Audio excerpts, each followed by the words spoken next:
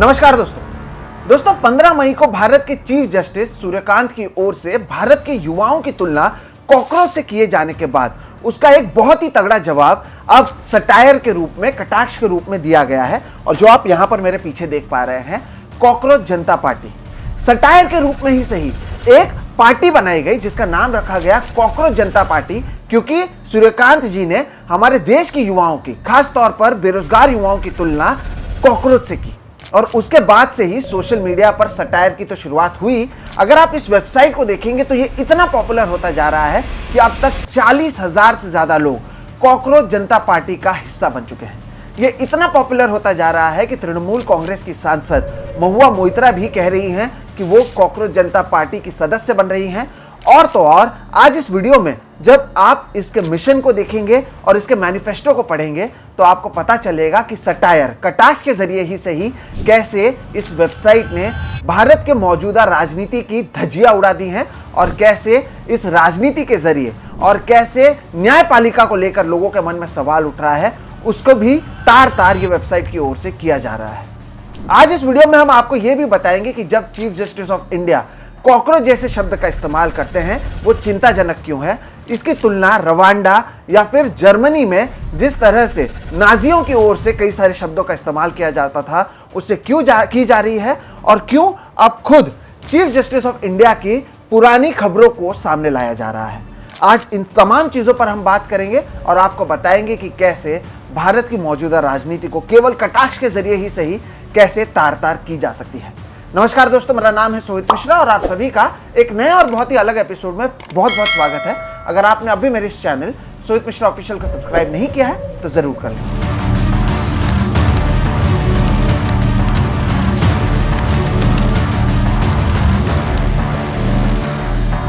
दोस्तों, इस कहानी की शुरुआत 15 मई को होती है जब chief justice of India Suryakant की ओर से एक बयान दिया जाता है। इस बयान में जस्टिस सूर्यकांत कहते हैं कि भारत में ऐसे कई यंगस्टर हैं जो कॉकरोच की तरह हैं, उन्हें कहीं पर रोजगार नहीं मिलता है, वो कोई प्रोफेशन में वो शामिल नहीं होते हैं। उसमें से कोई मीडिया में चला जाता है, कोई सोशल मीडिया में चला जाता है, कोई आरटीआई एक्टिविस्ट बन जाता है और कोई कुछ और बन जाता है और वो सभी मिलकर अटैक करने लग जाते हैं। चीफ जस्टिस सूर्यकांत की ओर से ये बयान आने के बाद इस वेबसाइट को बनाया गया जिसका नाम ही रखा गया कॉकरोच जनता पार्टी। ये एक तरीके से जवाब दिया गया जब चीफ जस्टिस ऑफ इंडिया खुद देश के युवाओं की तुलना कॉकरोच से करते हैं तो उसका जवाब जो है कॉकरोच जनता पार्टी की ओर से किया गया। और अगर आप इसके वेबसाइट को देखेंगे और इसके मैनिफेस्टो या इसके विजन को देखेंगे तो आपको पता चलेगा कि कैसे कटाक्ष के रूप में बहुत ही तगड़ा जवाब इस देश के युवाओं ने दिया है।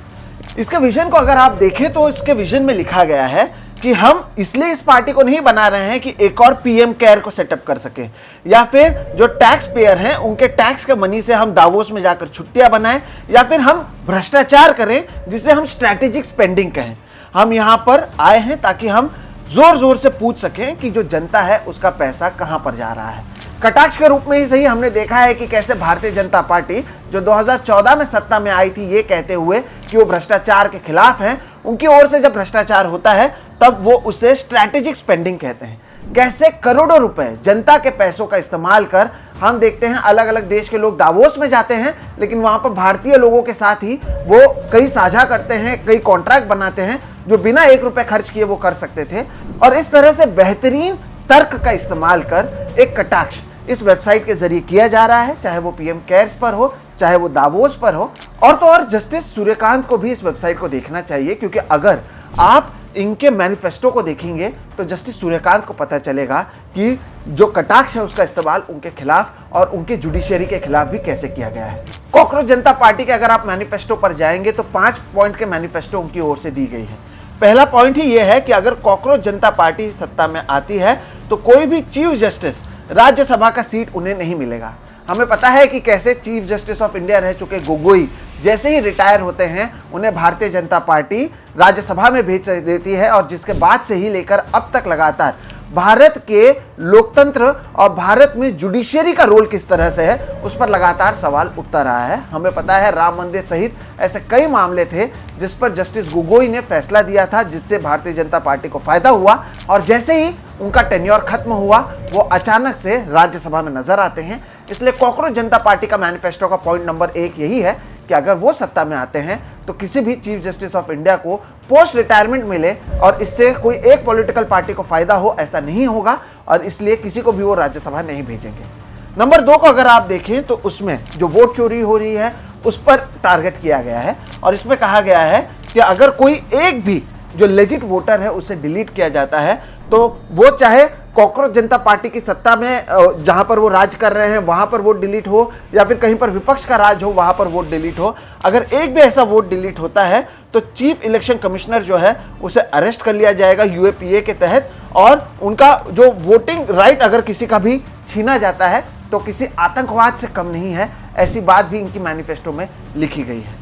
नंबर 3 ये लिखा गया है, जो महिला आरक्षण की बात अभी आई थी और इसमें कहा गया है कि अगर कॉकरोच जनता पार्टी सत्ता में आती है तो 50% रिजर्वेशन महिलाओं को दिया जाएगा, 33% नहीं 50% रिजर्वेशन दिया जाएगा। और जो अभी का मौजूदा पार्लियामेंट का स्ट्रेंथ है, जो मोदी जी 850 करना चाहते हैं वो नहीं, डिलिमिटेशन नहीं, जो मौजूदा स्ट्रेंथ है उसी में 50% जो रिजर्वेशन है वो महिलाओं को दिया जाएगा और तो और कैबिनेट पोजीशन में भी 50% जो है वो रिजर्वेशन महिलाओं के लिए रखा जाएगा। तो हमने देखा कि कैसे चीफ जस्टिस ऑफ इंडिया को टारगेट किया गया, इलेक्शन कमीशन को टारगेट किया गया, जो महिलाओं को लेकर राजनीति हो रही है उसे टारगेट किया गया। पॉइंट नंबर 4 जो है मैनिफेस्टो का वो गोदी मीडिया के लिए है। पॉइंट नंबर 4 में कहा जाता है कि अगर ये सत्ता में आते हैं तो जितने भी मीडिया हाउसेस हैं, चाहे वो अंबानी के हों या अदानी के हों, उनके लाइसेंस कैंसिल कर दिए जाएंगे ताकि इंडिपेंडेंट मीडिया को जगह मिल सके। और तो और गोदी मीडिया एंकर्स के जो बैंक अकाउंट हैं उनको भी इन्वेस्टिगेट किया जाएगा। इसकी बात इस मैनिफेस्टो में की गई है। और पॉइंट नंबर 5 जो है वो भी बहुत इंटरेस्टिंग है, जो हम देखते हैं कि फुदक फुदक के नेता एक पार्टी से दूसरे पार्टी चले जाते हैं, हृदय परिवर्तन होता है। उसके लिए इस पार्टी के मैनिफेस्टो में किया गया है कि अगर कोई भी विधायक या सांसद एक पार्टी से दूसरे पार्टी में डिफेक्ट होता है तो आने वाले 20 सालों तक उन्हें ना ही कोई पब्लिक ऑफिस को वो होल्ड कर सकते हैं, ना ही वो चुनाव लड़ सकते हैं। इस तरह की बात मैनिफेस्टो में की गई है। जैसे कि मैंने कहा, ये कटाक्ष में ही सही, ये भारत की जो जनता जो फील करती है, जिस तरह से दिन रात लोगों के मन में सवाल उठते हैं, उसे कटाक्ष के ही जरिए से ही मैनिफेस्टो में एक वेबसाइट पर कॉकरोच जनता पार्टी की ओर से लाया गया है। अब जैसे कि मैंने आपको शुरुआत में बताया कि देश के युवाओं की तुलना इन्होंने कॉकरोच से की थी और इसके बाद ये सारी चीज़ों की शुरुआत हुई, तो यहाँ पर यह भी लिखा गया है कि कौन एलिजिबल है कॉकरोच जनता पार्टी में शामिल होने के लिए। तो इनके एलिजिबिलिटी को भी अगर आप देखें तो उसमें 4 रिक्वायरमेंट में से किसी एक रिक्वायरमेंट आपकी होनी चाहिए। एक, आप अनएम्प्लॉयड होने चाहिए, by force, by choice, by principle, किसी भी तरह से। जैसे कि मैं किसी एक चैनल में काम करता था, बाय प्रिंसिपल मैंने उसे छोड़ दिया तो मैं इसका हिस्सा बन सकता हूं। आपको पता है कि बेरोजगारी दर बढ़ रहा है, अगर आपको रोजगार नहीं मिल रहा है आप इसका हिस्सा बन सकते हैं। अगर आप लेजी हैं, आप केवल ऑनलाइन बातें करते हैं, तब आप इसका इस्तेमाल कर सकते हैं, आप इसका पार्टी का सदस्य बन सकते हैं। और अगर आप प्रोफेशनली रैंट कर सकते हैं, तो ये भी एक कहा गया है कि अगर आप जाकर बता सकते हैं, रैंट कर सकते हैं इस देश में क्या कुछ गलत हो रहा है, तो आप कॉकरोच जनता पार्टी का सदस्य बन सकते हैं। ये एक वेबसाइट है, बनाया गया और अब तक 40,000 से ज़्यादा लोग इस वेबसाइट का हिस्सा बन चुके हैं और कॉकरोच जनता पार्टी का वो समर्थन कर चुके हैं। अब ये मामला बड़ा बना, इसे लेकर लगातार लोग बात ही कर रहे थे। तो इसके बाद जस्टिस सूर्यकांत की ओर से उन्होंने एक सफाई दी और कहीं ना कहीं उन्होंने जो अपनी बात कही थी, जो वीडियो में है, ऑन रिकॉर्ड है, उस पर उन्होंने सफाई दी और कही नहीं, मेरा ये कहने का मतलब नहीं था। जस्टिस सूर्यकांत की ओर से क्या कहा गया वो भी हम देखते हैं। अपने पुराने बयान को जस्टिफाई करते हुए जस्टिस सूर्यकांत ने उस समय कहा कि I am pain to read how a section of media has misquoted my oral observations made. और उनका कहना था कि जो मैंने ओरली कहा था उसे आपने बहुत गलत तरीके से मिस रिप्रेजेंट किया, आपने उसे मिसकोट किया, ये जस्टिस सूर्यकांत का कहना था। और उन्होंने कहा था कि लीगल प्रोफेशन में ऐसे कई लोग आ जाते हैं जो फेक और बोगस डिग्री के जरिए यहाँ पर जुड़ जाते हैं। इसी तरह से मीडिया में लोग बोगस डिग्री से आ जाते हैं, सोशल मीडिया में आ जाते हैं, और उनकी तुलना मैंने पैरासाइट से यानी कॉकरोच से की थी। मुझे इस देश के युवाओं के लिए बहुत ज्यादा इज्जत है।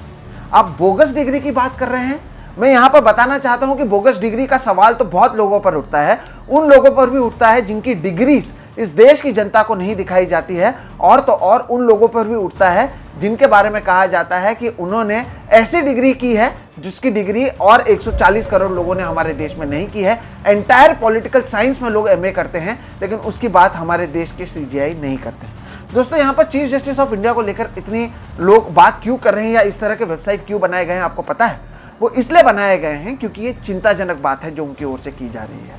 हम देखते हैं कि हमारे देश में रेप कॉन्विक्ट राम रहीम को ऐसी ही अदालत की ओर से 8 सालों के भीतर 15 बार पैरोल मिलता है, 405 दिनों तक एक रेप कॉन्विक्ट बाहर रहता है। मुझे लगता है कि सीजीआई को उस बात की चिंता ज्यादा करनी चाहिए कि रेप कॉन्विक्ट को बार बार पैरोल मिलता है और 5-6 साल हो चुके हैं उमर खालिद जेल की सलाखों में।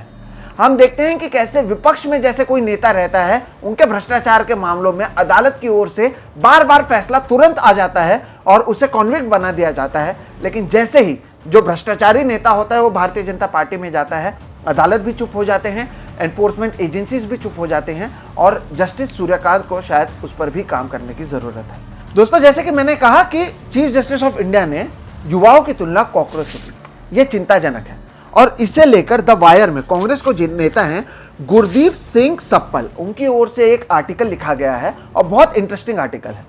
उसमें उन्होंने लिखा है कि अगर आप इतिहास में जाएं तो इसी तरह के शब्द का इस्तेमाल रवांडा से लेकर नाजी जर्मनी में किया जाता था और लोगों को टारगेट किया जाता था। उन्होंने बताया कि कैसे रवांडा में 1994 में अप्रैल से लेकर जुलाई के बीच में 8 लाख लोगों को 100 दिनों में मार दिया गया। ये टुट्सीस थे जिन्हें वहां पर इंयेंजी यानी कॉकरोच बुलाया जाता था। सोचिए, जो बयान वहां पर रवांडा में वहां पर लोगों को मारने के लिए जिस तरह के शब्द का इस्तेमाल होता था, उस तरह के शब्द का इस्तेमाल अगर इस देश के सीजीआई करेंगे तो क्या ये चिंताजनक नहीं है? उन्होंने बताया कि इसी तरह से नाजी जर्मनी में ज्यूज जो हैं उनकी तुलना पैरासाइट्स और रैट से की जाती थी। उन ज्यूज के साथ क्या हुआ था इसके बारे में तो हम सभी को पता है। आप सोचिए, ऐसे बयान भारत के अगर सीजीआई करते हैं तो ये चिंताजनक विषय है। और दोस्तों, जब हम इतिहास की बात कर रहे हैं तो आइए एक इतिहास में जाते हैं और कैरावान में 2019 में 30 जनवरी को अतुल देव की ओर से छापे गए इस लेख पर भी हम नजर डालते हैं। ये लेख जस्टिस सूर्यकांत पर ही था और बताया गया कि कैसे जब उन्हें सुप्रीम कोर्ट में भेजा जा रहा था तब उन पर कितने आरोप लगे थे, लेकिन उसके ऊपर कहीं पर भी कोई कार्रवाई नहीं हुई थी। इस रिपोर्ट में अतुल देव ने बताया कि कैसे 2012 में एक रियल एस्टेट एजेंट ने उस समय जस्टिस सूर्यकांत पर आरोप लगाया था कि उन्होंने इलीगल प्रॉपर्टी डीलिंग्स में अंडर वैल्यूएशन किया था और करोड़ों रुपए का ट्रांजैक्शन में उन्होंने घोटाला किया था। इस तरह के आरोप जस्टिस सूर्यकांत पर लग चुके थे। 2017 में एक प्रिजनर ने पंजाब में एक कंप्लेंट फाइल की थी और कहा था कि ऐसे 8 केसेस को उन्होंने लिस्ट किया था जिसकी हियरिंग जस्टिस सूर्यकांत कर रहे थे और उन पर घोटाला, करप्शन, ब्राइब लेने का आरोप उनकी ओर से लगाया गया था। और आपको इस रिपोर्ट में आगे ये भी बता दूं कि बार बार ऐसे कंप्लेन करने के बावजूद जस्टिस सूर्यकांत जो हैं वो कॉलेजियम में बने रहे थे 6 साल के लिए और वो पंजाब और हरियाणा हाई कोर्ट में अक्टूबर 2018 तक जज बने रहे और उसके बाद हमें पता है कि वो सुप्रीम कोर्ट गए। अब वो चीफ जस्टिस ऑफ इंडिया हैं और अब उन्हें देश के युवाओं को लेकर चिंता उठ रही है। मुझे लगता है कि चिंता उन्हें इस चीज को भी लेकर उठाई जानी चाहिए कि कैसे उनके ही कॉलेजियम में आने वाले या जो जज हैं जस्टिस वर्मा, उनके घर से, जस्टिस यशवंत वर्मा के घर से कैसे नोट निकलते हैं, कैश निकलते हैं, कैश जलने वाली तस्वीरें सामने आती हैं और जब उन पर इम्पीचमेंट होता है तब वो रिजाइन कर देते हैं। एक कटाक्ष के रूप में कॉकरोच जनता पार्टी की शुरुआत होती है, 40,000 से ज्यादा लोग जुड़ते हैं, लेकिन जिस तरह से इस कटाक्ष ने भारत की राजनीति को तार तार किया है, उसकी सच्चाई सामने लाई है, ये काबिले तारीफ है।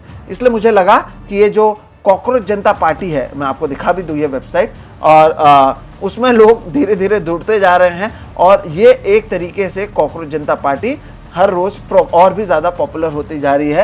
ये इतनी पॉपुलर होते जा रही है कि मैनिफेस्टो में लोग और भी मैनिफेस्टो ऐड कर रहे हैं और भी पॉइंटर्स ऐड कर रहे हैं। जानी मानी एक्टिविस्ट अंजलि भारद्वाज ने कहा कि कॉकरोच जनता पार्टी में और 3 एजेंडा ऐड होना चाहिए कि आरटीआई के जरिए ये आंसरेबल रहेगा। हमें पता है कि जब इलेक्टोरल बॉन्ड्स था और उसके बारे में जानकारी मांगी जा रही थी तो वो जानकारी नहीं दी जा रही थी, भारतीय जनता पार्टी को ही सबसे ज़्यादा फायदा हुआ था। इसके साथ ही साथ उन्होंने ये भी कहा था कि हम ना ही कैश में ना ही एनोनिमस डोनेशन किसी से लेंगे वापस। इलेक्टोरल बॉन्ड जो हमने देखा था किस तरह से किया गया था, और तो और उन्होंने कहा था कि कॉकरोच केयर फंड की कभी भी शुरुआत नहीं की जाएगी जैसे पीएम केयर फंड की शुरुआत की गई थी। तो जस्टिस सूर्यकांत का एक बयान और कटाक्ष के रूप में ही सही जवाब यहाँ पर युवाओं की ओर से दिया जा रहा है। अभिजीत दिपके नामक एक युवा है जिनकी ओर से इस वेबसाइट की शुरुआत की गई है और धीरे धीरे लोग इसमें जुड़ते जा रहे हैं। क्या आप कॉकरोच जनता पार्टी का हिस्सा बनेंगे? ये कटाक्ष ही सही है, लेकिन ये भारत के लोगों के, दबे हुए लोगों के मन में जो बात है उसे ये सामने लाती है वेबसाइट, और इसलिए मुझे लगा कि इसके बारे में आपको जानकारी दी जानी चाहिए। फिलहाल इस वीडियो में इतना ही दोस्तों। आप इसके बारे में क्या सोचते हैं ज़रूर बताइएगा। ये एक अलग प्रयोग है जो आपके सामने हम कर रहे हैं, उसके बारे में भी आप बताइएगा। अगर वीडियो पसंद आता है तो इसे लाइक करें, ज़्यादा से ज़्यादा लोगों तक साझा करें। अगर चैनल को सब्सक्राइब नहीं किया तो वो भी कर लें। हम आगे भी अगर ऐसा कुछ होता है तो उसके बारे में आपको जानकारी देंगे। फिलहाल दीजिए इजाज़त, नमस्कार।